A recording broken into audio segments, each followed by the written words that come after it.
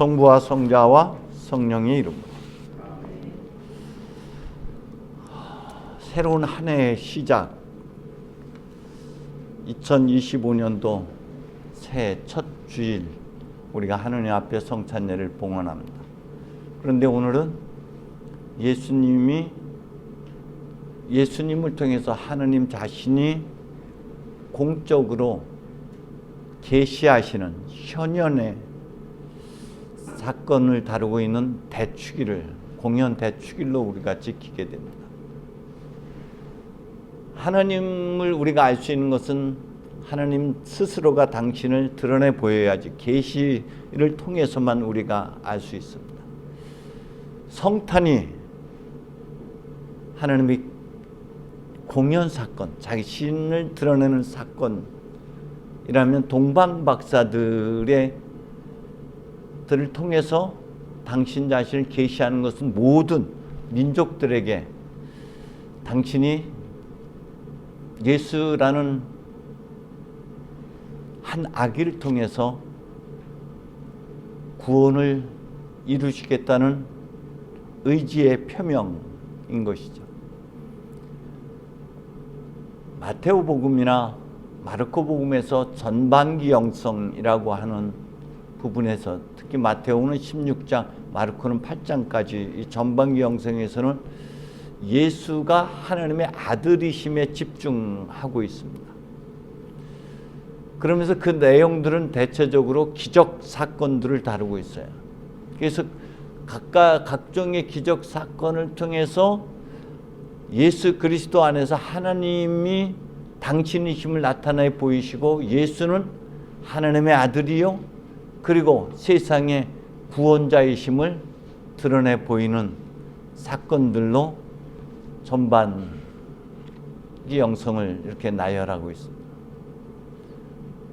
특별히 우리가 공연 주간에 이렇게 지키게 되는 사건들을 몇 가지를 간추려 보면은, 성탄 이후의 공연, 동방박사들이 예수를 찾아 경배하는 사건과, 그리고 주님의 세례 사건, 그리고 가나안 혼인잔치를, 특별히 세 가지를 굉장히 중요하게 다루고 있습니다. 이제 그리스도 예수 안에서 하나님이 드러나는 것, 그리고 그가 이 세상의 구원을 이룰 구세주라는 것을 나타내 보이십니다.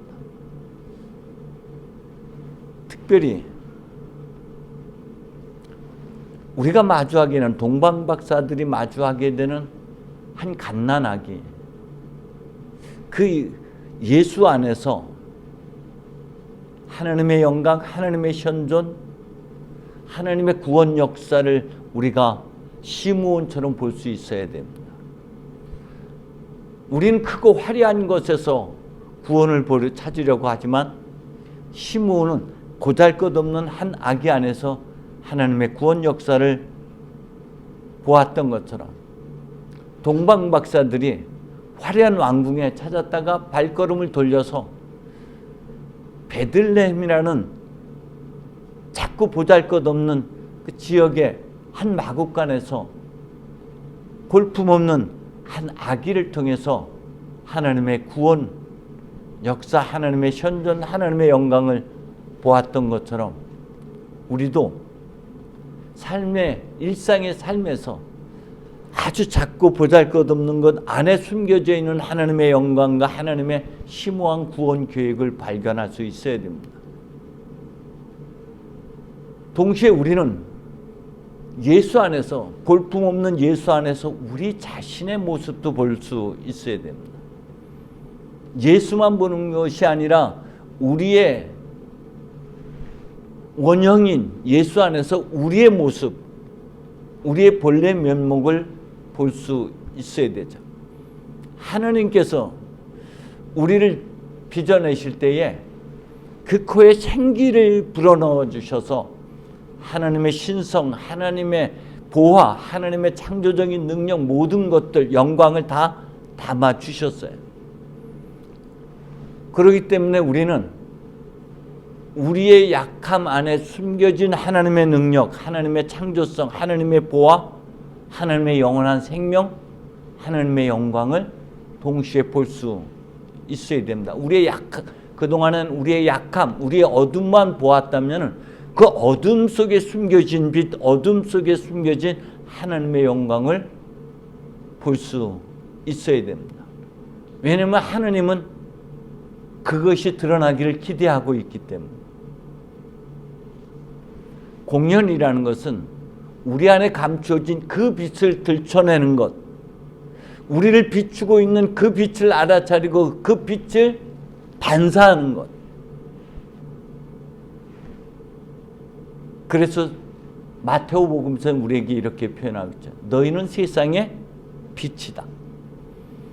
너희의 착한 행실을 통해서 그 빛을 사람들에게 비추어 그들로 하여금 하나님께 영광을 돌리게 하라고 말씀하고 있습니다. 그 빛이 누구냐? 우리 자신이라는 거예요.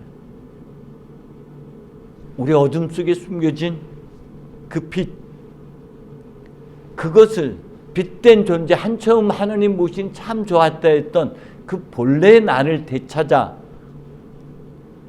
그리고 그 되찾은 나로 머무르는 것이 아니라 천상천하 유아 독존으로 머무르는 것이 아니라 이제 성탄한 사람들, 이제 나를 통해서 하나님의 현현이 드러난 그런 귀한 존재들은 이제 순환 여정의 출발점에 서는 것이죠.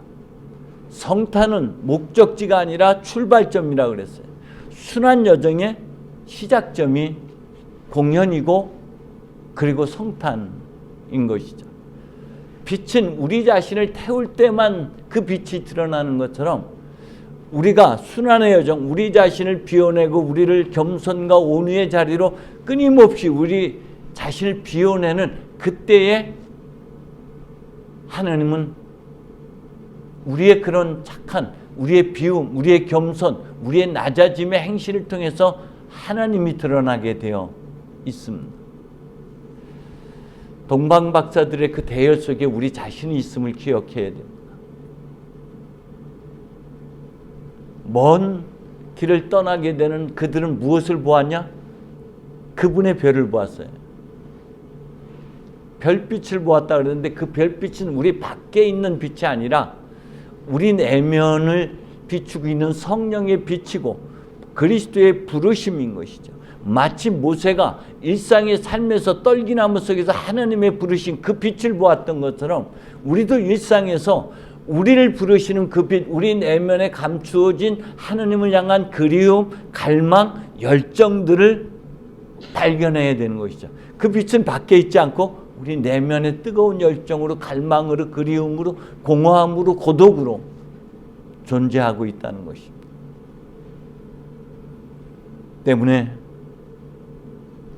우리는 침묵 속에서 우리 안에서 부르시는 하나님의 음성, 우리가 모든 것을 다 갖추고 이루었음에도 불구하고 그 공허함 그리고 고독의 자리로 내려가서 심연에서 끊임없이 솟구치고 있는 그 그리움, 그 갈망, 그 열정들을 찾아 나서야 되는 것이죠.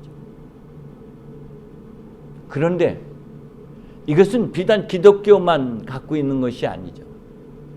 이것은 도교도 갖고 있고 불교도 갖고 있는 것이죠. 우리가 시무도 혹은 시부도라고 하는 그림을 절에 가면 볼 수 있을 것 같아요. 그게 원래 도교에서 시작해서 8개의 그림으로 되어 있었던 것인데 불교의 과감선사가 2개를 더 그려서 공으로 끝나게끔, 무로 끝나는 것, 큰 달로 끝나서 공으로 끝나는 것, 무로 끝났는데 없음으로 끝났는데 없음에서 다시 텅 빈 충만, 비워냄. 그게 입전수수 마지막에 나를 되찾은 사람이 거기에 머물러 있지 않고 보따리 하나 들고 세상에 그 복을 전하러 가는 전도자의 발걸음으로 바뀌어지죠. 그래서 이렇게 표현합니다. 백척간도 내가 나임을 알아지는 깨달음의 극점이 있으면은 진일보해라. 한 발 더 내디뎌라. 그래서 장대기 꼭대기에서 한 발 내디디면 어떻게 돼요? 십자가의 자리예요. 나 죽음의 자리, 나 없음의 자리. 그게 텅 빈 충만의 자리인 것이죠. 깨달음으로 끝나는 것이 아니라 나가 어떤 존재라는 걸 알아차림으로 끝나는 것이 아니라 알아차림을 통해서 다시 세상에 복을 끼치는 자로, 나를 태우는 자를, 나를 비우는 자로 살아내는 것. 우리 성공의 영성 안에도 순례자 영성이 있어요. 페레그리니라고 해서 나그네 삶, 우리는 나그네다. 그리고 스스로 나그네의 여정을 떠나요. 안정성을 포기하고 세상에서 온갖 위험과 고난과 시련에도 불구하고 그 먼 길을 떠나기 시작합니다. 근데 그들에게 있어서 목적지는 없어요. 목적이 있다면은 그 여정에서 자연과 여러 가지 환경과 상황 속에서 세상을 배워가고 나를 알아차려 가면서 거기 계신 주님을 만나는 것이에요. 주님을 만남으로 다시 우리의 본래 면목을 되찾아가는 여정이 우리 성경에 갖고 있는 순례자 영성인 것이죠. 그래서 끊임없이 우리는 나로부터 떠나서 참된 나를 찾아가는 여정을 가는 것이 신앙의 여정이죠. 그 인디언 격언에 인생에서 가장 긴 여행은 머리에서 가슴까지라고 했어요. 사실 우리가 성탄해서 머리로 알아차린 삶에서 어디로 가요? 가슴으로. 그래서 아들이 오늘 복음에 일독서에서도 아들이 돌아오고 딸이 돌아와요. 아들은 성탄에 내가 자기 정체성, 내가 누구인지를 알아차리는 자리라면은 딸이 돌아오는 것은 부활의 자리예요. 그래서 시련과 고난과 역경 속에서 다시 태어난 존재는 가슴으로 사는 것이죠. 더 이상 머리로 살지 않고 가슴으로 사는 것. 그래서 우리는 그 여정을 가는 것이 우리가 갖고 있는 전례력이 안내하고 있는 길이에요. 자, 오늘 약간 길어질 것 같은데 하나 기억해야 될 것은요. 내가 마주치는, 그래서 별빛이 인도하는 그곳은 화려한 왕궁이 아니라는 거예요. 이 성전을 허물라 내가 사흘 안에 다시 짓겠다고 말씀하셨던 주님은 헐려진 성전을 통해서 오시는 것이죠. 베들레헴이라고 하는 잘게 부서진 것을 통해서 주님은 성탄하십니다. 그렇기 때문에 우리가 만난 그 나는 어둠이에요. 우리의 어둠과 직면하게 돼요. 우리의 죄성과 직면하게 되고 우리의 실패와 우리의 약함과 마주하게 됩니다. 늘 나는 볼품없는 존재, 나는 하면서 자기 열등감 속에 젖어 사는 우리의 모습과 직면하게 돼요. 그렇죠. 그 악인은, 그런데 그 악인을 깊이 성찰해 보면 구원의 역사를 온전히 안고 있고 하나님의 신성, 하나님의 능력, 하나님의 영광 모든 것을 품고 있는, 하나님의 숨결을 품고 있는 그 갓난아기. 그 갓난아기 안에는 하나님의 보화가 담겨져 있습니다. 그 갓난아기 안에는 영원성이 담겨져 있고 그 갓난아기 안에는 무한대가 숨겨져 있는 것이, 장차 커서 무엇이 될지 모르는 그 무한성을 담고 있는 것이 우리가 마주하고 있는 갓난아기입니다. 똑똑한 자들에게 감추어져 있는 그 아기 안에서 우리는 하나님의 영과 하나님의 성령의 숨길, 하나님의 구원 계획, 하나님의 심오한 뜻을 발견할 수 있어야 되는 것이죠. 아직 모양은 갖추지 않았지만 이제 거기가 또 다른 출발점이 되는 것이죠. 그것을 알아차릴 수 있는, 자신의 어둠 속에서, 자신의 약함 속에서, 자신의 죄성 안에서 사도 바울이 이렇게 고백을 하죠. 난 3번이나 하느님 앞에 내 이 약함을 치유해달라고 기도했었다. 그런데 하나님께서는 내 능력, 내 권능은 어디서 나타난다고? 약함 안에서 드러난다고 고백을 합니다. 하나님의 영광은 강한 것 안에서. 그래서 하나님께서는 제자들을 부르실 때에 유능하고 능력 있는 사람을 부르시지 아니하고 무기력하고 나약하고 볼품없는 존재들을 통해 들을 부르셨다고 고린도전서 1장에서는 고백을 하고 있습니다. 하나님은 유능한 사람들을 택하시지 않습니다.